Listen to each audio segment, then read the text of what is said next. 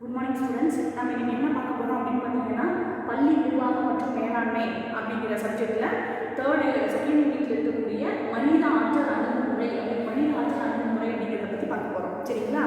இப்போ மனித ஆற்றல் அணுகுமுறை அப்படின்னா என்ன? பொதுவாக உங்களுக்கு தெரியும், மனித ஆற்றல் அப்படின்னாலும் என்ன, நம்மளுடைய ஒரு மனிதனுடைய உழைப்பு தான், இல்லைங்களா?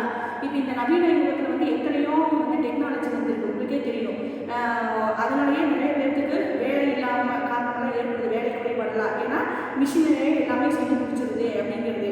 இப்போ அதோட மனித ஆற்றலை விட மிஷின் செய்யக்கூடிய வேலையை தான் எல்லாரும் நம்புறாங்க. ஸோ மனித ஆற்றலை விட மீறினது எதுவுமே இல்லை, இல்லைங்களா?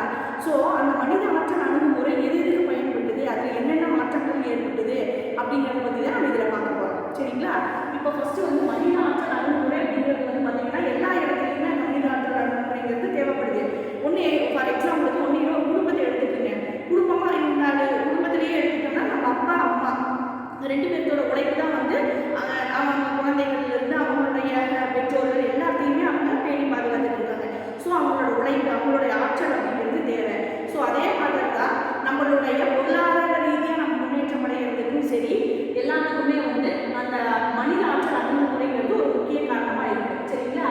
இப்போ நம்ம பார்த்தோம்னா கல்வி நிறுவனங்கள், நிர்வாகம், தொழில் செய்யக்கூடிய இடம் எல்லாத்துலேயுமே அந்த மனித ஆற்றல் அணுகுமுறை அப்படிங்கிறது ரொம்ப தேவைப்பட்ட ஒரு விஷயமா இருக்குது. சரிங்களா? அது ஏன் அப்படின்னு பார்த்தீங்கன்னா, அங்கே அதாவது ஒரு கிளாஸ் ரூம் இருக்குன்னா ஒரு டீச்சர் போய் சொல்லி கொடுக்குறாங்க ஒரு குழந்தைக்கு. அந்த குழந்தை அவங்க கிட்ட என்ன லேர்ன் பண்ணுது, அதை எப்படி சமுதாயத்தில் போய் பிரதிபலிக்குது அப்படிங்கிறதுலேருந்து சமுதாய முன்னேற்றம் அடைகிறதுக்கு வாய்ப்பு இருக்குது, இல்லைங்களா? அதனால தான் மனித ஆற்றல் அணுகுமுறை எங்கெல்லாம் தேவைப்படுது அப்படின்னு பார்த்தீங்கன்னா, எல்லாமே தொழில் செய்யக்கூடிய இடங்கள் எல்லாத்துலேயுமே மனித ஆற்றல் அணுகுமுறை அப்படிங்கிறது ரொம்ப முக்கியமாக இருக்குது. சரிங்களா? அந்த மனித ஆற்றல் அணுகுமுறையை அதிகப்படுத்துறதுக்கு என்ன தேவை அப்படின்னு பார்த்தீங்கன்னா, கல்வி ஒரு முக்கிய பங்கு வகிக்குதுங்கிறாங்க. என்னன்னா, கல்வியின் மூலம் மனிதனுடைய ஆற்றல்கள் மேம்படுத்துகிறாங்க.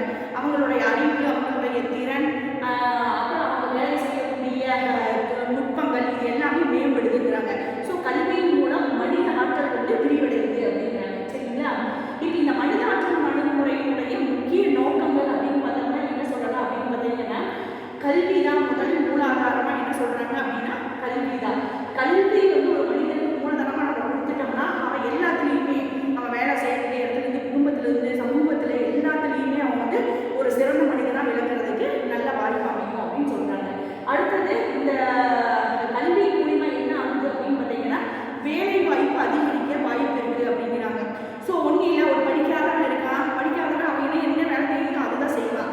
ஸோ ஒருத்தனுக்கு நல்ல எஜுகேஷன் கொடுத்துட்டான் அப்படின்னு பார்த்தீங்கன்னா, அந்த எஜுகேஷன் அவனை இம்ப்ரூவ் பண்ணி அவனை நல்ல ஒரு சிறந்த மனிதனை உருவாக்கும். அது மூலிமா அவன் வேலை வாய்ப்பு தேடி போகும்போது அவனுக்கு வேலை இல்லை அப்படிங்கிற ஒரு இது இல்லாமல் இருக்கும், இல்லைங்களா? எங்கே போனாலும் அவனுக்கு வேலை வாய்ப்பு கிடைக்கும், வேலை வாய்ப்பு அதிகரிக்கிறதுக்கு வாய்ப்பு இருக்குது அப்படிங்கிறாங்க. அடுத்தது சமூக